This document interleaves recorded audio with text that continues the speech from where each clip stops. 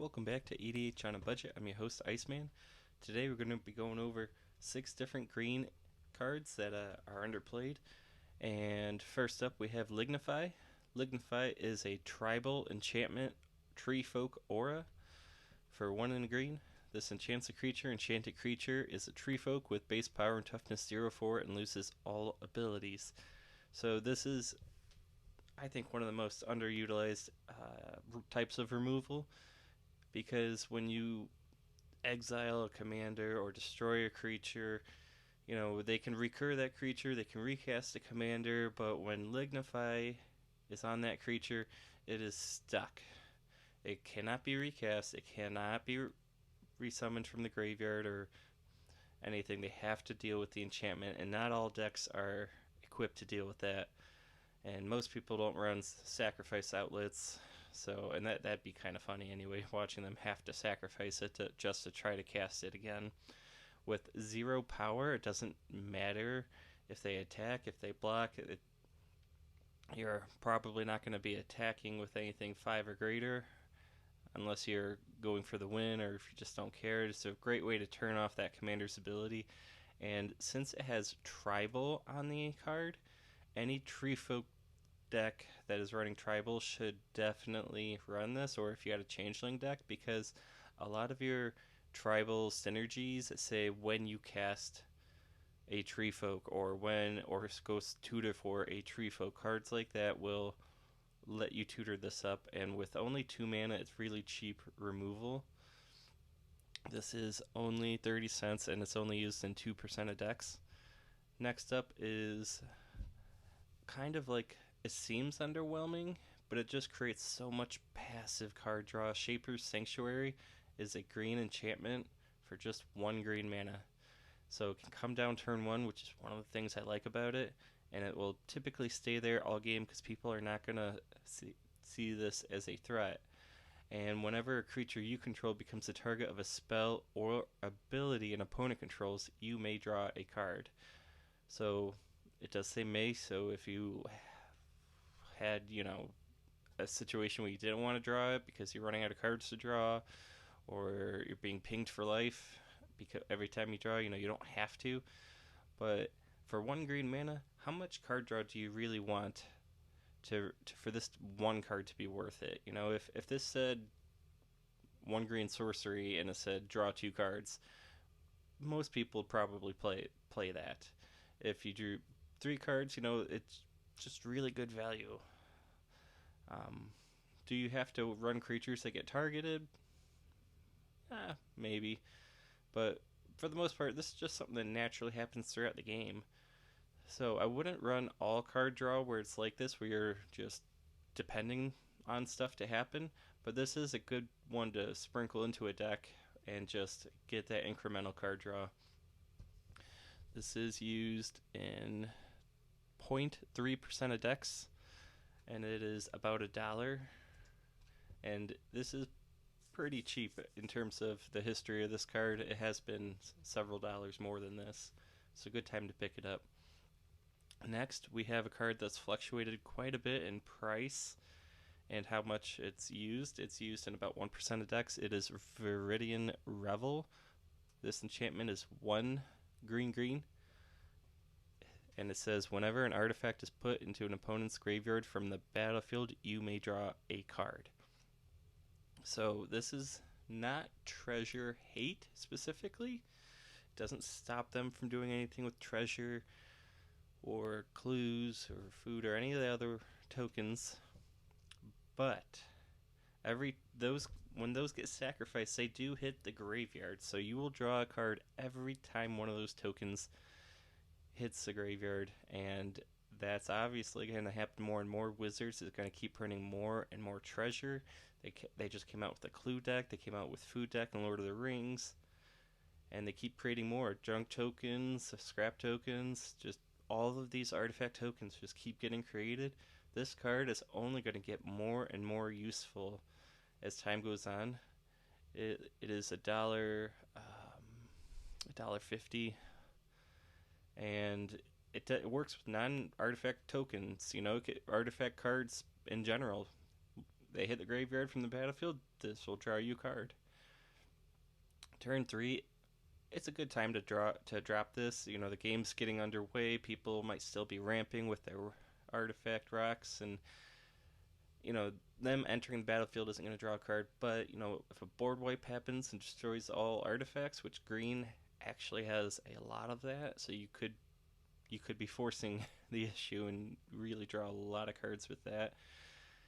If you're concerned that there might not be an artifact deck that doesn't even create artifacts, there are ways to kind of force the issue with them, like liquid metal torque or coding that could turn an artifact into or a permanent or non-land permanent into an artifact.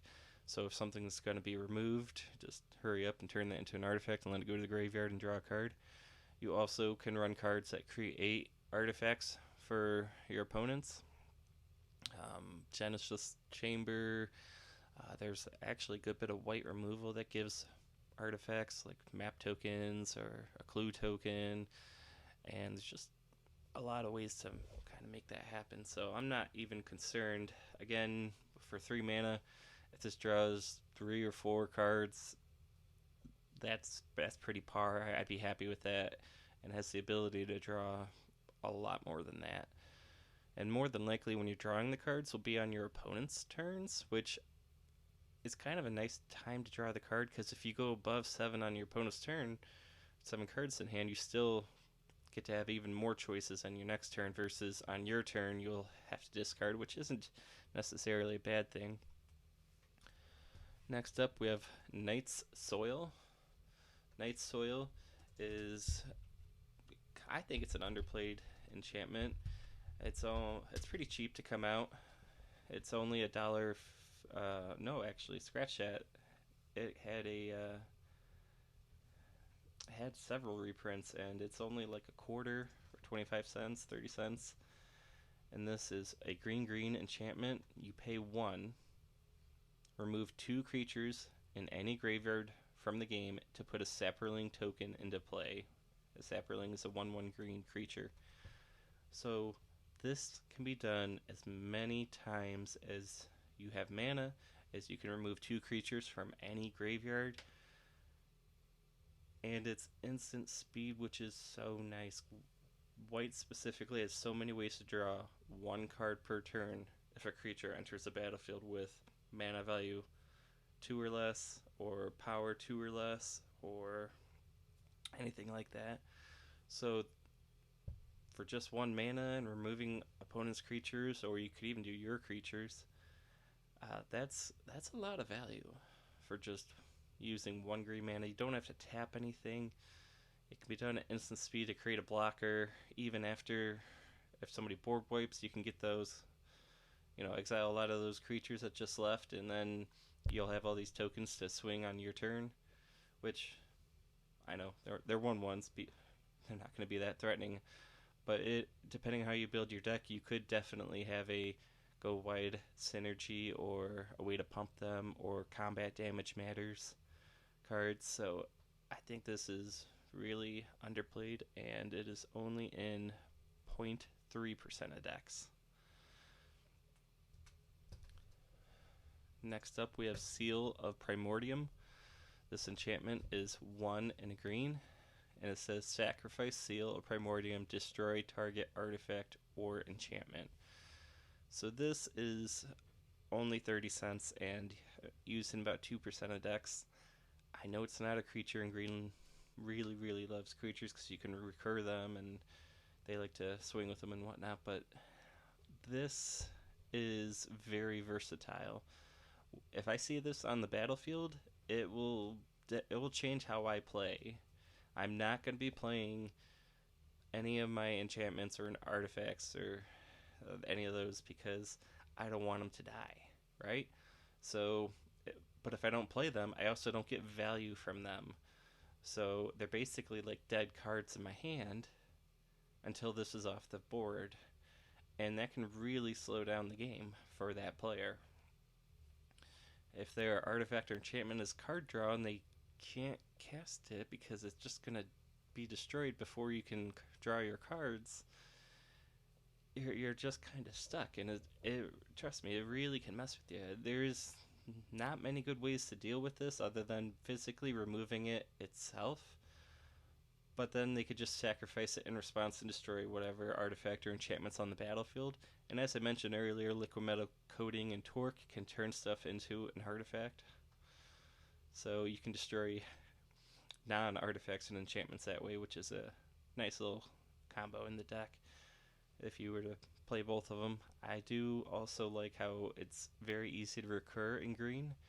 Green can return permanents pretty easy, but white can return this very, very easily too. So I do like that extra value you get from it, how it can come down early on turn 2 or cast it later, and it's very hard to interact unless they have like a stifle or something that can counter the activated ability, which people aren't playing enough of. I'm not saying play stifle, I'm saying play stifle like effects. We'll get into that in a different one, but I do like those. Here's a card I can pretty much guarantee if you're listening, you probably have never heard of or seen. And if you have, please drop a comment and tell me, was it a fun game? So we have Kudzu, Kudzu.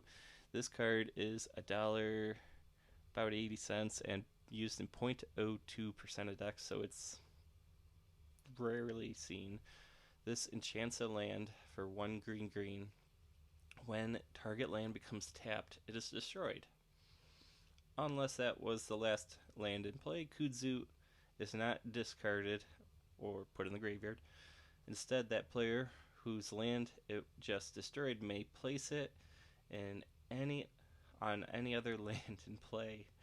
So I did not know green could do this for only 3 mana. I do know green can destroy lands, but usually it's 4 or 5 or 6 mana or 8, a lot more. So this is also repeatable and creates a kind of a funny like a it's not anti-monarch, but something similar to that where you're like, hey, I don't want you to have your Gaia's Cradle or your Rogue's Passage or your Glacial Chasm. Actually, Glacial Chasm would be bad because that doesn't tap.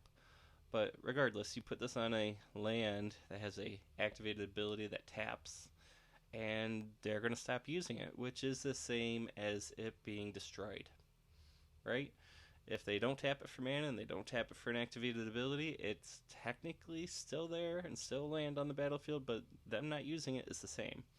If they use it, then they're gonna put it on. They could put it on one of your lands, but this deck, a deck that plays this would be fine with that, because you would be reusing your lands from the graveyard with this, and that's if they even put it on you, because they might want to put it on somebody else, somebody they feel is winning and needs to be knocked down a peg, or if there's a deck that's ramping with a lot of lands and you want to set them back, this would be a way to try to slow them down, especially if they had any bounce lands or lands to that effect. I think it would make for an interesting game. Like I said, if you used it, please let me know.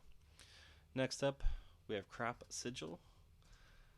Now, when I started playing Magic the Gathering, it was on Xbox Duels, and it was the Monk set, that Egyptian-like theme, and Delirium was right around there. A lot of cards, and I loved playing Crop Sigil, and it just brings back good memories. This enchantment is 1 green mana. It costs 25 cents and it's used in 0.2% of decks. So again, not used very often. At the beginning of your upkeep, you may put the top card of your library into the graveyard.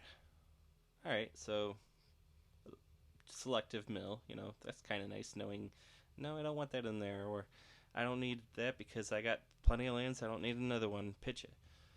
So it's a little bit of card selection every turn for only 1 green mana, but the part that I really like is the Delirium. If you have 4 or more card types in your graveyard, you can pay 2 and a green, sacrifice Crop Sigil, return up to 1 target creature and up to 1 target land from your graveyard to your hand. So that's technically card advantage because it's you're getting 2 cards for the 1 card you lost. But it's also not quite a tutor. It's kind of like recursion, and if you're playing decks that have flash creatures, that's an interesting way to get it back and cast it real quick without them really knowing how to react to that. It's something that your opponents are going to forget that's there. It's just going to keep doing its thing slowly, fill in that graveyard, and then when you want it, you can use it in response. And three mana is not much to leave up, especially if you have removal or clues or other things to do. You could do it during your turn, and don't get thrown off by the 4 or more card types. It is very easy nowadays to get 4 card types in the graveyard between your fetch lands like Evolving Wilds that sacrifice himself to look for a land. That land is literally going to the graveyard without really doing anything. You have artifact creatures, which would count for 2 types. You have enchantment creatures, which would also count for 2 types. And correct me if I'm wrong in the comments. I'm sure somebody will let me know, but I'm pretty sure cards with flashback, not flashback, the dual-sided cards, aftermath. That's what it's called. Where it says it's not even dual-sided, but it'll say like on one side you cast it from your hand and you could pay this, and then on the other side it says you could play this from your graveyard for its aftermath cost. That card actually has both types. So if the aftermath is a different type than the other, so say one's a sorcery and the other's an instant, that would also count as 2 card types. You also have battles, which have been added, which weren't around when Delirium got started. So there are even more card types than before between planeswalkers and all of this. So I think you should give it a shot, and it is another thing you gotta remember, but if you're wanting a graveyard to have lots of cards in it, it shouldn't be that hard. Alright, and that is it. You have a great day. Please like, share, and subscribe.